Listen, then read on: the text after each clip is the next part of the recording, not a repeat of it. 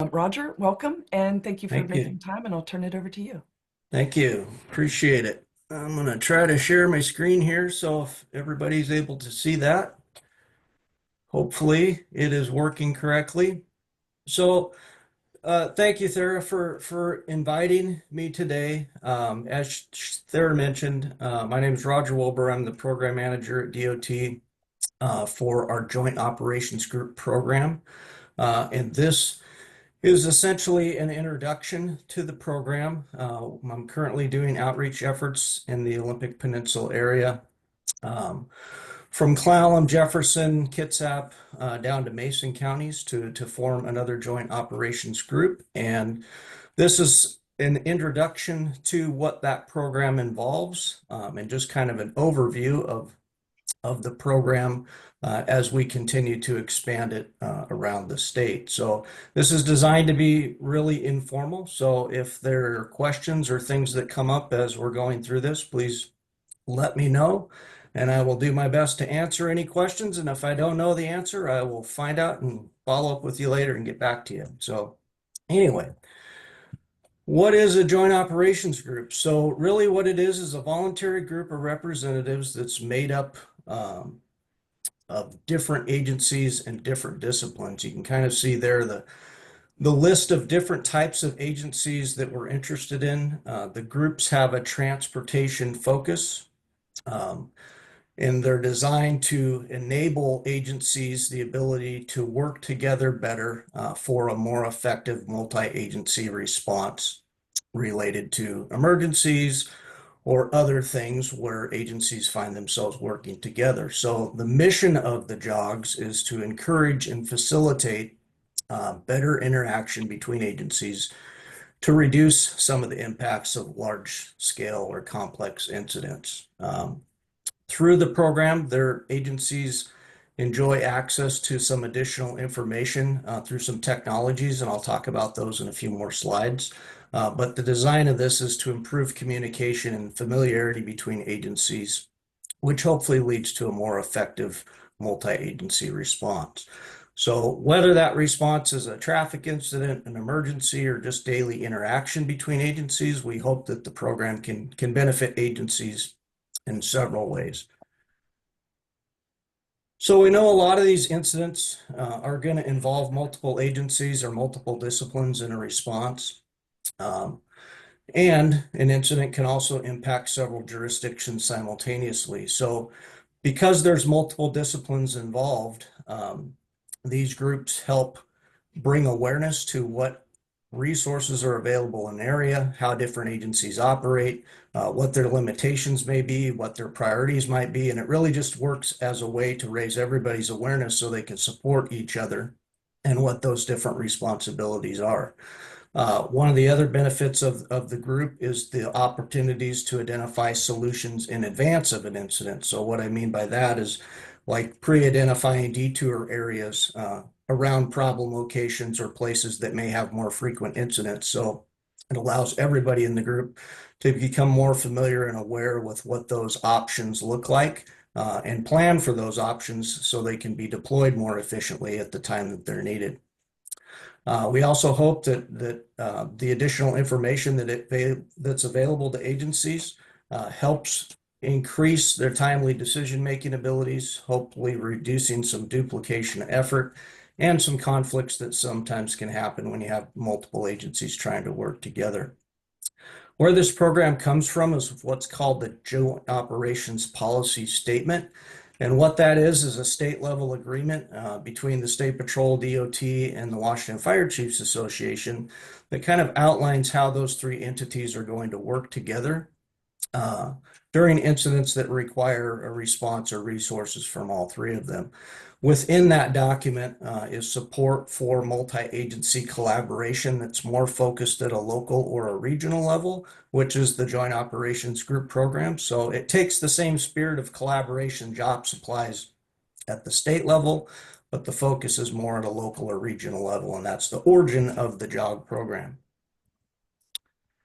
So even though these are a statewide initiative, ideally these groups are led by local representatives that have expertise and insight into their local area. to keep the group focused on what's going to be most effective for that region. I'll talk a little bit more about that later in the presentation. But one of the questions that sometimes comes up is, well, why wouldn't I just rely on my emergency management or EOC activation instead of this group? And we hope that you will, and we hope that those practices don't change at all because of this group. This group is not intended to replace any of those policies, procedures, or protocols, or how an agency responds to an event. We're just hoping that the existence of these groups can help enhance what that response looks like and support better what agencies already do, but not replace what those current practices look like. So the commitment to these groups is a 1-hour meeting a month on Teams, is the way we do it. So a virtual meeting just like this today, where agencies are able to build those relationships, have opportunities to debrief significant incidents that may have happened in the area recently, to talk about lessons learned or reinforce things that worked well. Familiarize personnel between agencies so you get to know your point of contact, know what resources are out there. It gives opportunities to keep everybody aware of events that are going to happen. For example, like the FIFA Cup that's coming up and what that may involve, large construction that may be occurring in an area, to bring everybody's awareness up to that, or provide a reminder about those events that are occurring. And it also provides an opportunity to share training and things that may be applicable to different agencies, and provide those other opportunities to agencies to learn from, or to take something away from. So it really just provides a forum for open communication between agencies. The nice thing too with these groups is because they're regionally focused, you really get to focus as a group on what's important to that area in that region. So that's another thing with the autonomy, the way the groups are set up, that you really get to plan for and set up what's important to that group, and discuss at these meetings what's important to that group. There are a couple technologies available to group participants, offered through DOT, free of charge to agencies, so there is no cost to those.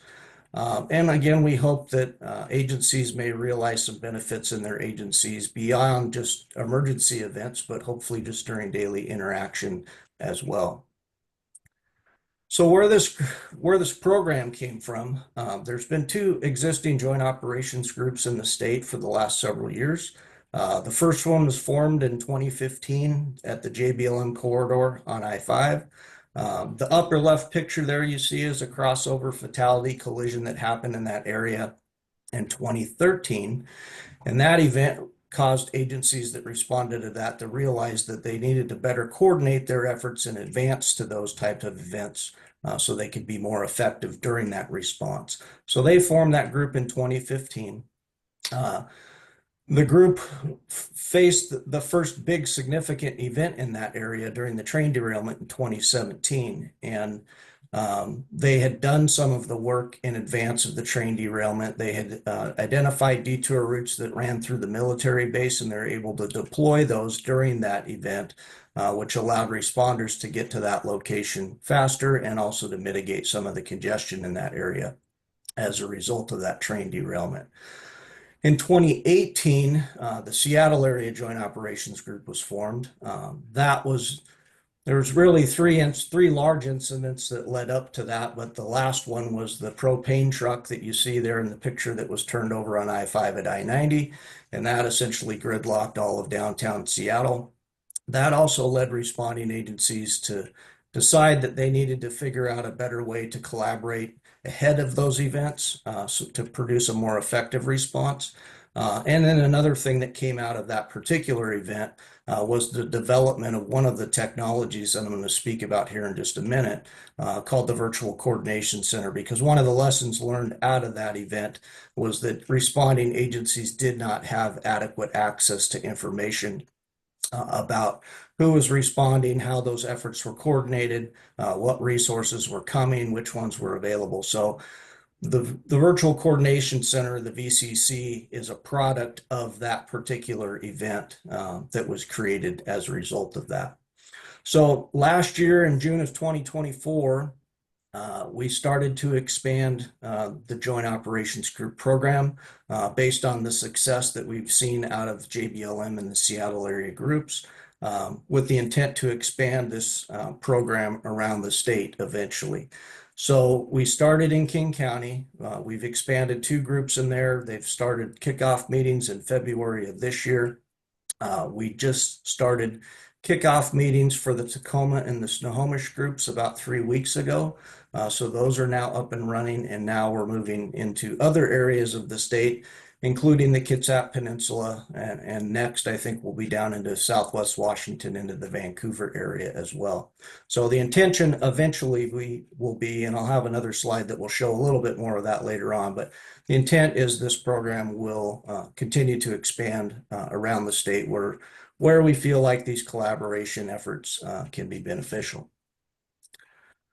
So one of the technologies available to group participants is a system called ReadyOp. And ReadyOp is essentially a mass communication tool. It's in use across the country. There's several agencies that use it, including NASA, including the FBI, the NFL. They use it to organize, events or large responses that involve multiple agencies in order to organize the information around those events. The way we use it is for the joint operations groups is to identify points of contact in agencies and then organize those in this system. So the ability to communicate or find out who your point of contact is in those other agencies is readily available.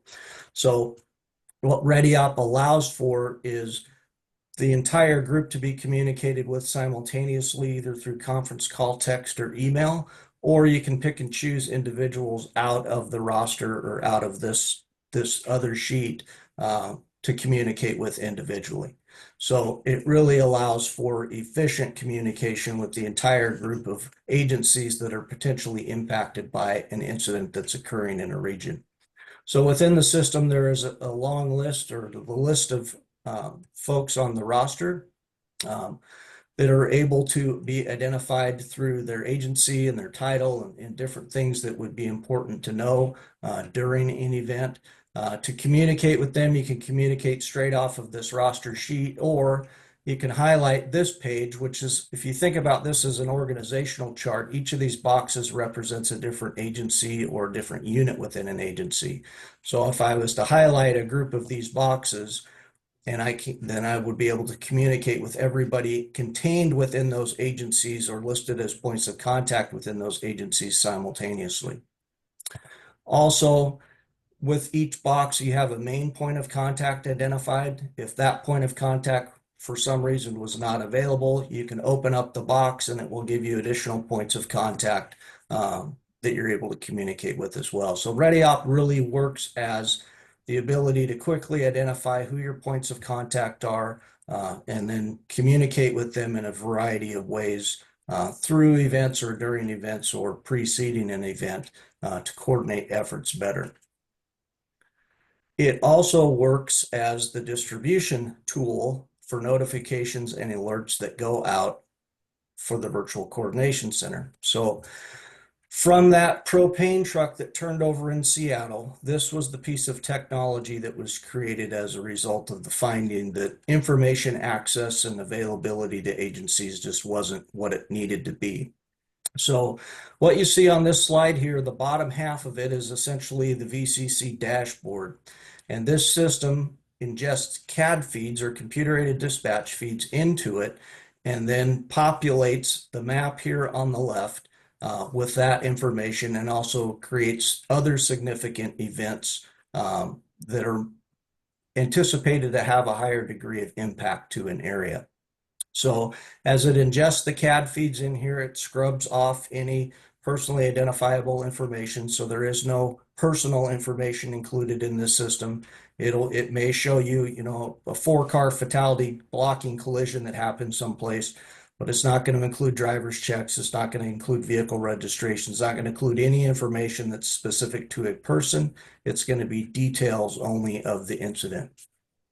So within this dashboard on the left here, you see is a map of, or an overview of the Seattle area. And as mentioned, because this was developed as a result of that propane truck that occurred in Seattle, this system was originally built as a pilot program for that group in Seattle. So up until just recently, this has only been available to that group in Seattle. So as we continue to expand this group or this program around the state, this system will also expand to include other regions of the state. So even though what you currently see here is a default view of Seattle, once the Kitsap Peninsula Joint Operations Group is developed, those within that Kitsap jog, as they open their dashboard up, it's going to be an overview of the Kitsap Peninsula, not of downtown Seattle. But for sake of demonstration today, it is just Seattle. But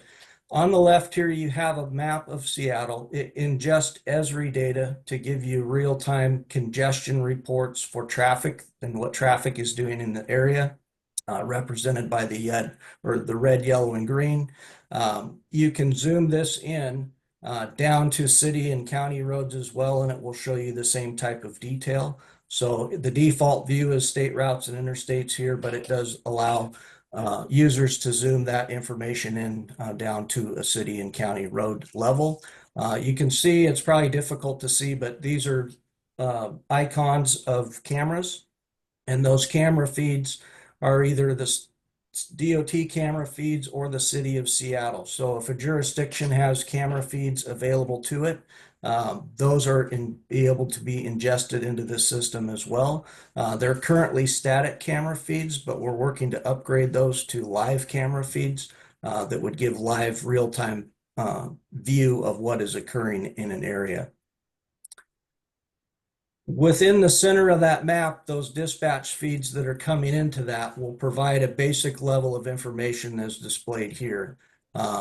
This particular incident is a medic response, and it gives an approximate location, but it's pretty basic information. Those CAD feeds that are being ingested into the system are not flagged or anticipated to be more significant events that are going to cause major disruption. So it provides a base level of information, but it doesn't provide significant more detail because it's not anticipated to cause more disruption. These boxes on the right-hand side that you see are what are called the VCC incident. Those are the incidents that are derived from the CAD feeds that are anticipated to cause more significant disruption or require additional detail to be provided that could be helpful to agencies to know. So when these events occur, they, just like the ones in the middle, they're pinned over here on the map to show the location of where that incident is happening. As mentioned before, you also get receipt through ReadyOp in your email about those events as they occur. So when a VCC incident is generated, you will get notification through your email to bring awareness or attention to that more significant event. It gives a basic amount of information of location. It tells you whether it is a system generated notification or an operator generated notification. And then you're able to click on the link in that email and it will open up this dashboard so you can start getting more information about what it is that's happened. When you open those boxes up on the right, it gives you basic details about what the event involved. This example is a rock slide that occurred up in Skagit County, where a rock slide covered State Route 11 up there and blocked the road. So the initial details of the incident are in here. It's fully blocking, it's both directions. It's a rock slide, and it will give a basic amount of information about the location of that. The next slide, or the next tab over, if you will, is the notes section. In the notes section, you can input additional details about that particular event. So this rock slide occurred between milepost 9.5 and milepost 10. So it gives a little bit more detail about the information involved with that. This particular example does not have mobility strategies tab filled out here, but what that mobility strategies allows for is if For example, in this incident, if there's a detour that's identified that can get around that location, that can be drawn and overlaid onto that map on the left side of that dashboard that will show agencies how to get through that or around that area or other mobility strategies that are planned to be implemented. So though I don't have an example in this particular one, that is an option that is available. In addition to that, there's a place in here that allows for public information to be included. That is for agencies that are either in the incident command role or a lead role agency in response that have information that they want to have releasable to the public or the media, or if they want other agencies to have access to approved talking points or things that they may get inquiries about, but they're not the IC or they're not the lead agency. This would allow them to provide additional information that's already been approved and access to that. In this particular instance, there's a link in here. This link would go to the DOT website that would provide additional details about this event. So there's an opportunity here to provide more information to agencies to be shared with them about an event. And it just gives everybody a little bit quicker access rather than waiting on somebody from a scene location to call and say, hey, I need you to adjust signal timing. I need you to shut down the on-ramp or off-ramp in this location. Agencies that have those responsibilities are able to get into this system and start making some of those decisions in advance of that notification or minus that notification to start implementing some of their responsibilities sooner and hopefully mitigating some of the impacts of that event in a more efficient or quicker way. So this slide just kind of shows an overview of where these are currently located and where we hope them to be located in the future. We hope to eventually have roughly the whole I-5 corridor covered with different joint operations groups, and then eventually we'll be moving over into Eastern Washington for Spokane and the Tri-Cities as well. But just an overview of where the program is and where we hope it to be. So that is essentially the introduction to the joint operations groups. It's pretty straightforward information. I'm at the point I'm about halfway through, I think, with outreach efforts up in the Kitsap Peninsula area with agencies in that area. So really what I'm at the point of as I do presentations with agencies and I'm talking with different agencies is just trying to confirm whether an agency has interest in participating in the program. Once I have a list of agencies that I'm confident I know want to participate, and I've contacted the agencies I felt like I should to start with, then we'll start kickoff meetings for this group. My hope is that can occur around mid-June. The first kickoff meetings, what we find are they have, kind of a mix of administrative things that have to get done right off the bat with introductions of agencies, introduction of personnel.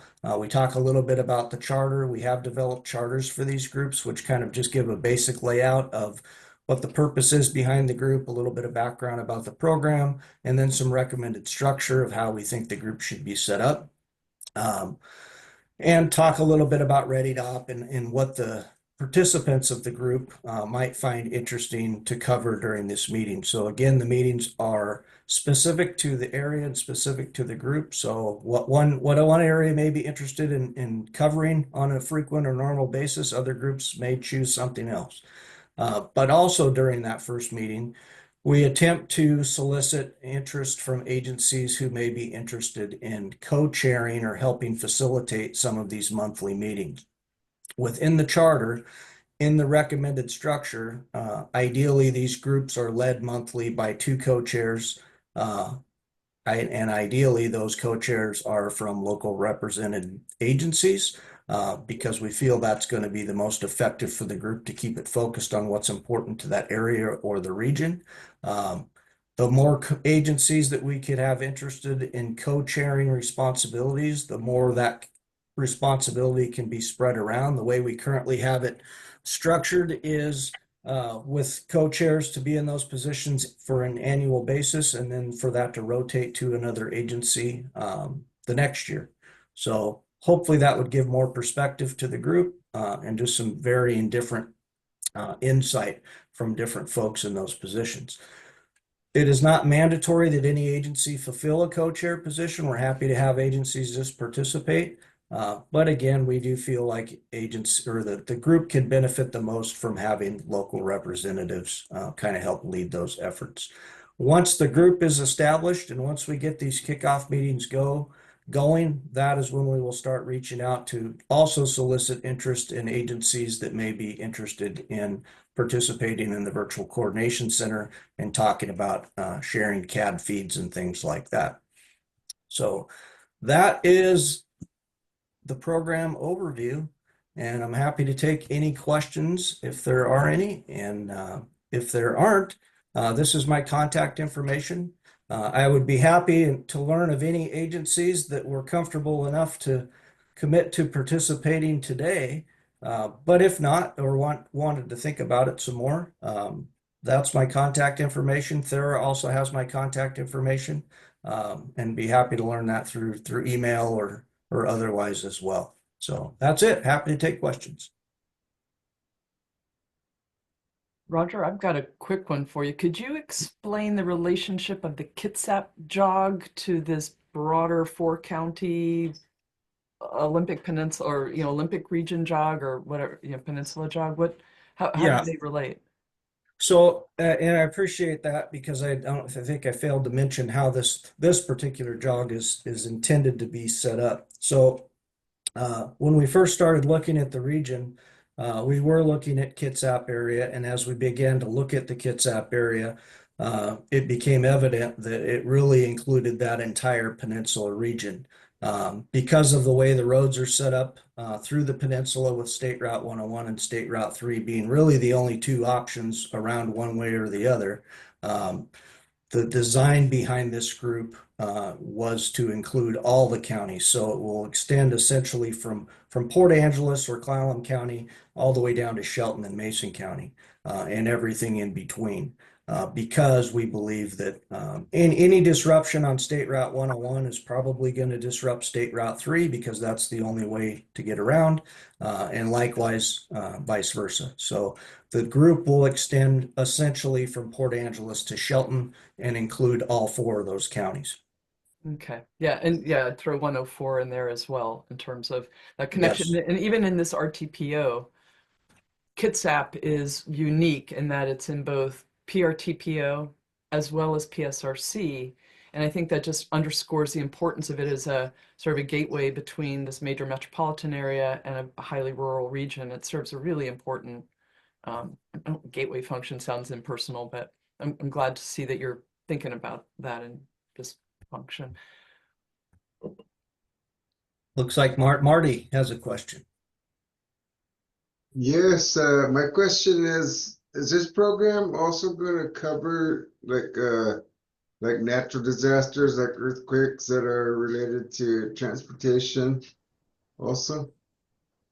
It's not specific to natural disasters. It's more specific to the transportation impact. So certainly a natural disaster is likely going to involve transportation impacts. So it's really any event, planned or unplanned, natural or man-made, disaster that's going to impact the transportation structure and the ability to keep things moving and get resources to an area. So it really is, I believe it will address, any kind of event that's going to be disruptive to the transportation system. So I hope that answered your question. Yeah, it does. Thank you. Edward? Hey, this is Ed from PRTPO, but also Kitsap Transit. What's the extent of participation from transit agencies in this? I believe I've done outreach with Kitsap, Clallam, Jefferson, and Mason Transit, all four at this point, and all four Oh, great. are participating. That's great. Thank you. You bet.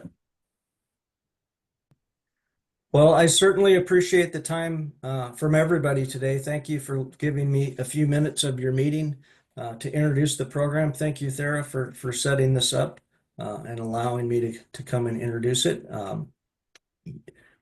If anybody wants to get in contact with me, Thera has my contact information. Happy to take any additional questions or provide additional information if necessary. But thanks again. I appreciate it to everybody and hope you have a good rest of your day.